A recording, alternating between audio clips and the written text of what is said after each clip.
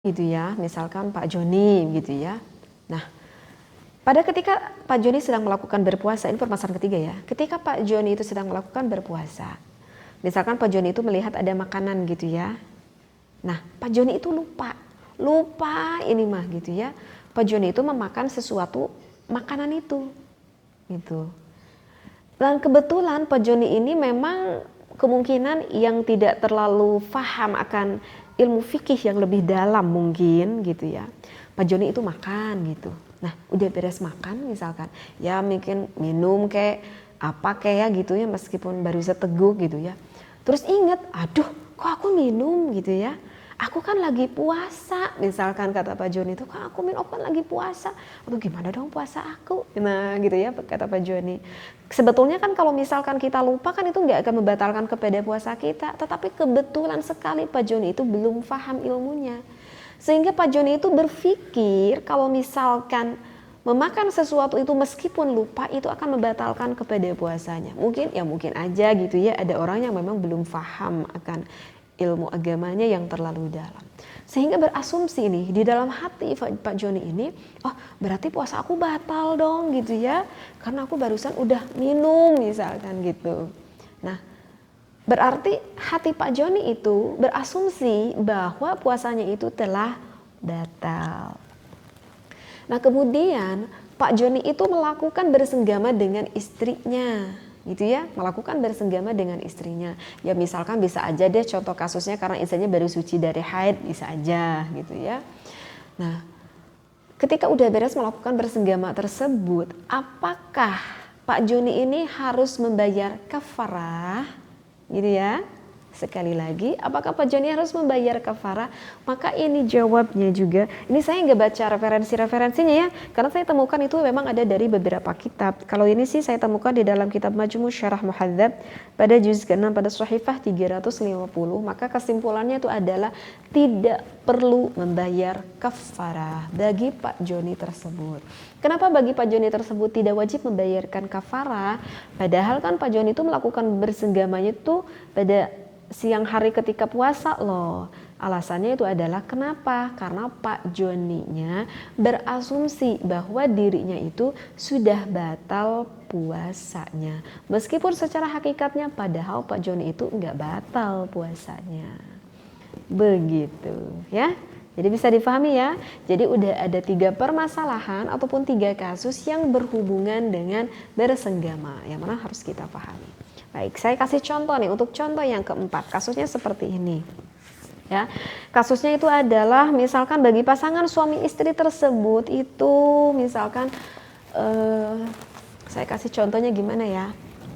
Misalkan bagi pasangan suami istri udah ada sahur gitu ya, terus melakukan sholat subuh. Nah udah sholat subuh, suami itu ngajak pada istrinya, kita tidur lagi gitu ya, karena malamnya juga kan kita kurang tidur kata suaminya. Udah mau tidur tuh ya pasangan suami istri itu tersebut dengan istrinya. Nah ketika mau tidur kok suaminya iseng gitu ke istrinya, toel-toel gitu ya, istrinya peluk-peluk gitu ke suaminya, sampai gitu ya, sampai gitu istrinya sama suaminya misalkan ya berpelukan lah, inilah itulah, sampai nggak kuat banget gitu, suaminya tuh sampai nggak kuat banget pengen melakukan hal itu. Dan istrinya juga sama, udah gak kuat banget pengen melakukan hal itu gitu ya. Dan itu memang godaannya seperti itu biasanya, apalagi ketika terjadi pada subuh hari, itu kebanyakan yang berumah tangga seperti itu. Nah sehingga suaminya tersebut berpikir, aduh kalau aku misalkan melakukan bersenggama itu kan harus membayar kafarah. Sehingga suaminya tersebut dengan istrinya tersebut dengan sengaja membatalkan puasanya. Membatalkan puasanya dengan apa? Dengan sengaja membatalkan puasanya itu misalkan dengan minum. Lalu minumlah suaminya dengan istrinya tersebut, otomatis berarti batal kan puasanya. Nah setelah itu barulah pasangan suami istri tersebut melakukan hubungan. Nah oke, pertanyaannya sama, apakah bagi pasangan suami istri ini harus membayar kafarah atau tidak? Maka bisa dilihat referensinya di dalam kitab Fatawi ya, karangan Imam Nawawi pada halaman 153. Maka ini tidak diwajibkan untuk membayar kafarah. Jadi tidak diwajibkan untuk membayar kafarah, tetapi wajib bagi pasangan suami istri tersebut pada hari itu harus menahan diri dari makan dan juga minum. Kemudian dia sudah tentu harus mengqadha puasanya dan harus bertaubat. Nah, dari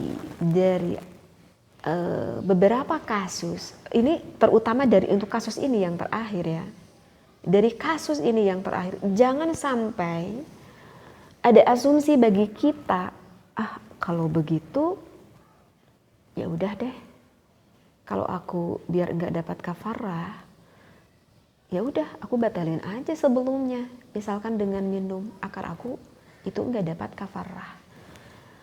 Bukan masalah kafarahnya itu ya, bukan masalah kifaratnya itu, tetapi yang harus kita pikir itu adalah di dalam masalah dosanya yang nanti kita tanggung. Karena puasa itu udah termasuk rukun Islam loh. Ya, ini udah termasuk rukun Islam. Jadi kalau misalkan ada seseorang yang sengaja, ini dengan sengaja loh, yang sengaja membatalkan puasa. Membatalkan puasa itu dengan apa aja? Mau dengan makan minum, ataupun mau melakukan berhubungan suami istri, itu udah termasuk dosa besar.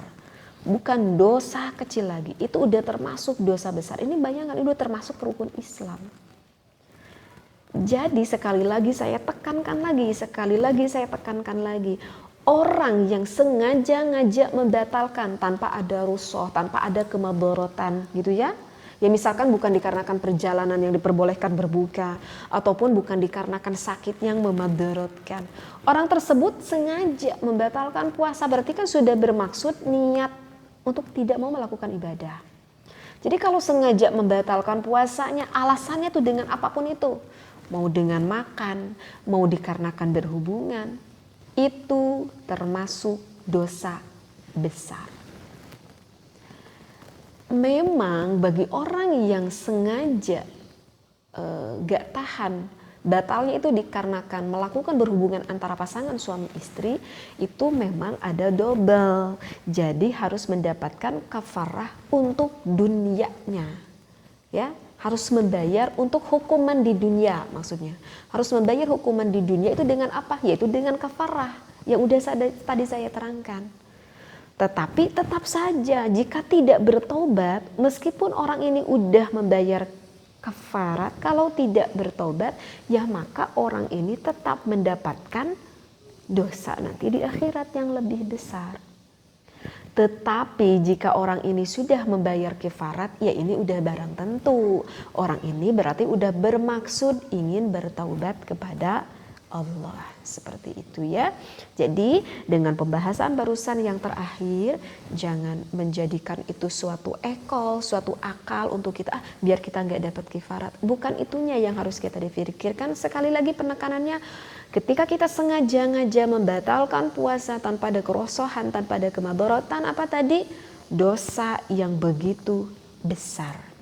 Ya, dan saya tidak akan menerangkan masalah dosanya ini ya, karena itu nanti akan lebih lagi panjang gitu pembahasannya. Jadi mudah-mudahan dari beberapa kasus yang sudah saya sampaikan yang berhubungan tentang pasangan suami istri yang melakukan bersenggama pada siang hari dan masalah kafarah ini mudah-mudahan bisa dipahami. Mudah-mudahan kita semua selalu diraksa oleh Allah, selalu dijaga oleh Allah, selalu diberi kekuatan oleh Allah, sehingga kita bisa melaksanakan puasa ini bukan hanya saja menahan lapar, bukan hanya saja menahan dahaga di dalam diri kita, tetapi kita bisa mengambil hikmahnya, hakikatnya dari puasa ini. Wallahu a'lam, wabillahi taufiq wal hidayah. Wassalamualaikum warahmatullahi wabarakatuh.